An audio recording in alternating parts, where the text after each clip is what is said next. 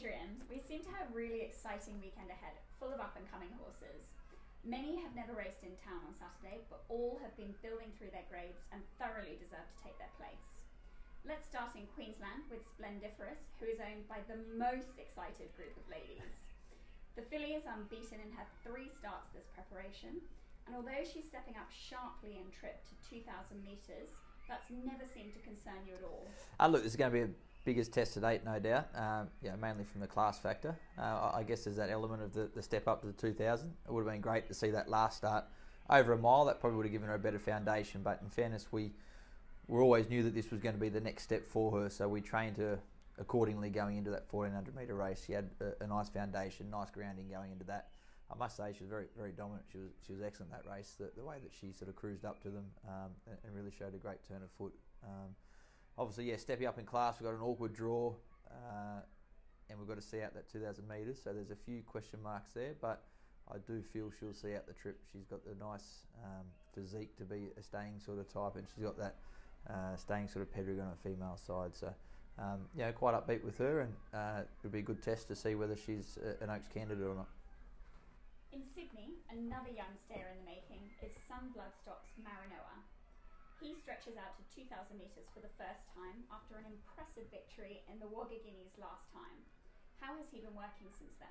Excellent. No, trained on really well. I've got a lot of time for this horse. I think he's going to be a really nice stayer in the making. Obviously just his first campaign, but he's improving with every start.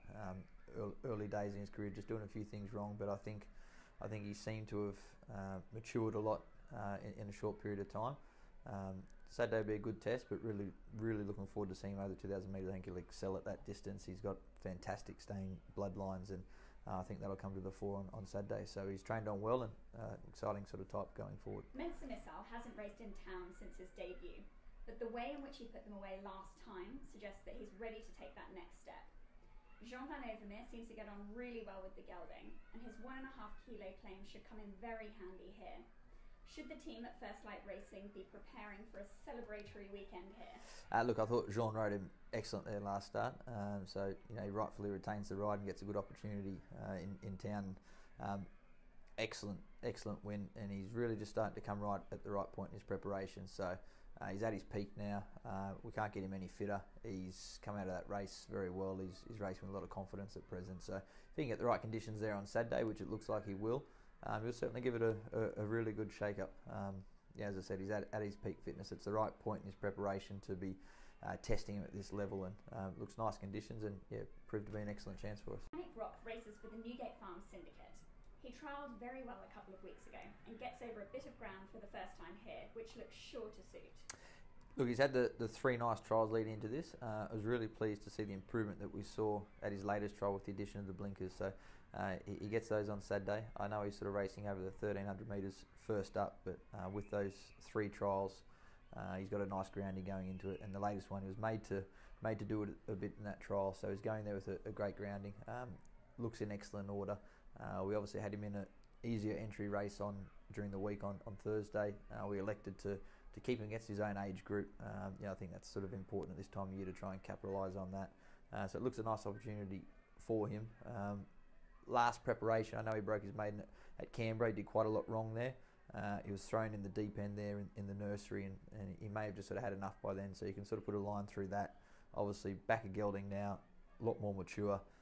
He's trialled up nicely. So in what looks to be quite an open 2-year-old race, I think he'll certainly run a very competitive race for us.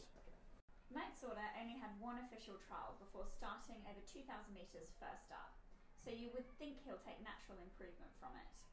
Is he one we should be following this weekend? Yeah, most definitely. Last preparation, he followed a very similar pattern. He ran first up in the Port Macquarie Cup over 2,000 metres and ran a very similar sort of type of race on speed. Just sort of lacked that race fitness, and that was evident again there in the Wagga Cup. So looks to have improved nicely off that, and again I think it's sort of worth noting, second up last preparation is quite an impressive winner here at Randwick. So expecting a lot of natural improvement fitness wise off that particular run. You decided to scratch social distancing from her race on Tuesday in favour of Nara on Sunday.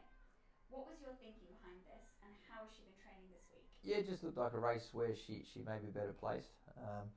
Stepping back to the 1400 metres, she just didn't quite run out a strong mile there last start at Goulburn. That may have partly been due to the testing heavy conditions as well. So very forgiving of that run, because I thought she was in excellent order going into that race, and I thought she's worked accordingly as well since. So I think she can bounce back for us or break through for us. She's certainly been working much better than a maiden. Experimented with the gear at home as well, and the blinkers certainly look to be very positive for her. So she gets those on her next start, and with that I think she'll prove to be very hard to beat. Fiery Red is based at the Flemington Stables and is another who truly deserved to notch up another win. He steps up to City Class on Sunday at Sandown.